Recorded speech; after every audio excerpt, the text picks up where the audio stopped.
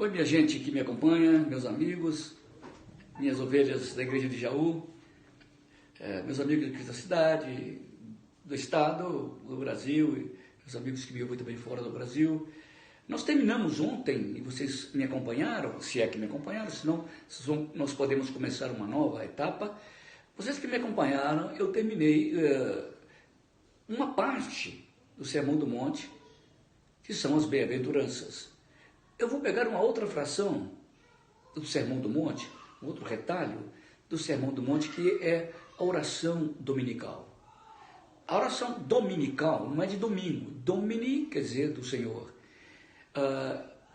Esse contexto da oração dominical, Jesus está falando para os discípulos que eles não deveriam orar como os fariseus.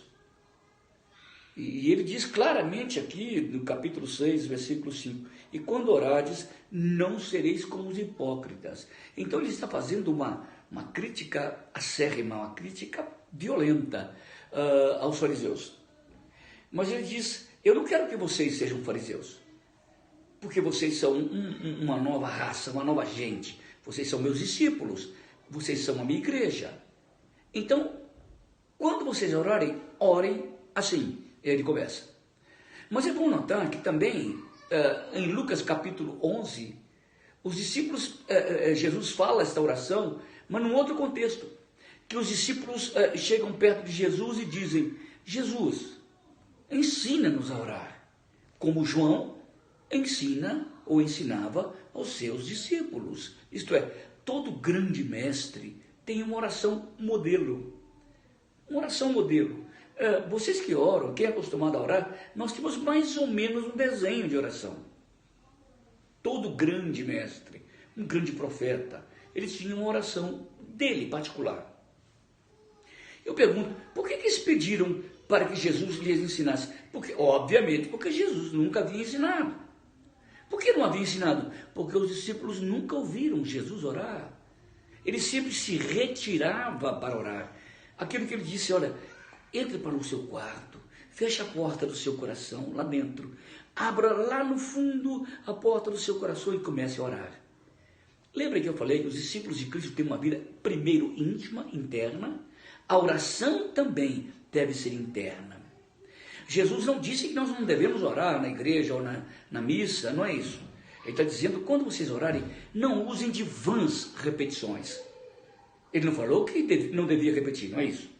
Ele diz, não usem de vãs repetições. Aqui, no capítulo 6, ele fala. Então, lá em Lucas, os discípulos estão pedindo, Jesus, ensina-nos a orar. Porque eles não ouviam Jesus orar. Jesus sempre orava como ele ensinava, aqui dentro do coração. Às vezes ele abria os olhos, olhava para o céu, não ora igual a gente, não ora ajoelhado. Ele não orava igual a gente, os protestantes, de olhos fechados, e nem como os católicos ajoelhados. Ele orava. Ele estava andando, levantava os olhos aos céus e orava.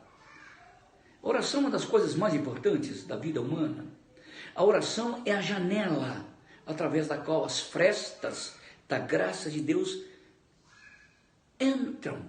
A luz da graça de Deus entra e oxigena o nosso coração, oxigena o nosso espírito, oxigena a nossa alma.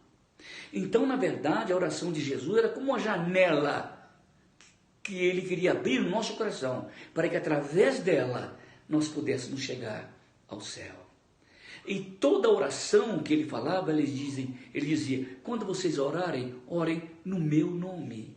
Isto é, na minha autoridade. Chegue diante de um juiz e diga ao juiz, eu estou diante do teu filho.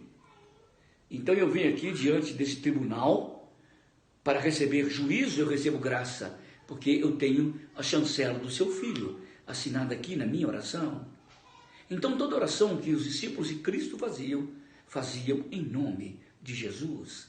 Então nós vamos começar agora uma série de pregações sobre a oração dominical. É bom que você tenha o contexto aqui de Mateus, que não deve ser como os fariseus, e o contexto lá de Lucas, que é um mestre ensinando aos seus discípulos. Que Deus nos abençoe e amanhã eu volto a falar com vocês sobre esta oração maravilhosa. Até lá!